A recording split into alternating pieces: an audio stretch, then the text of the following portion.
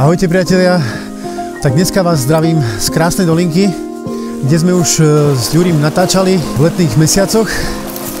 No a teraz som sa tu prišiel pozrieť v zime, ako to tu vyzerá.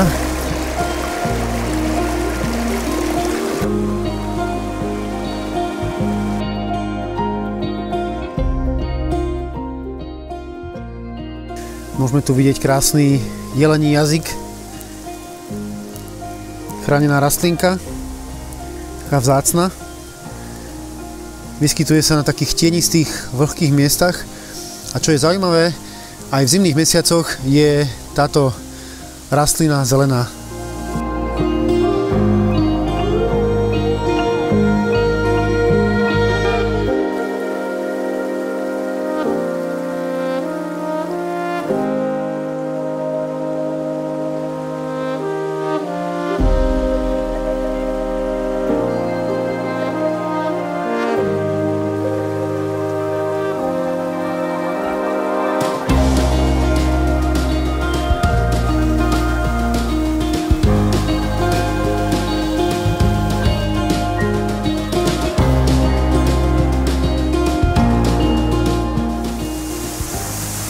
Tak, dorazil som do jadra, srdca tejto malej krásnej Tiesňavy.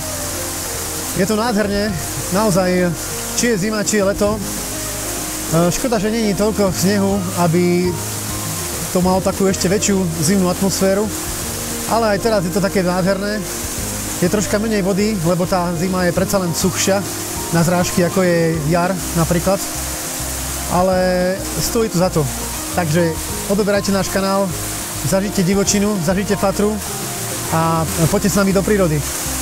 Tešíme sa na vás. Ahojte.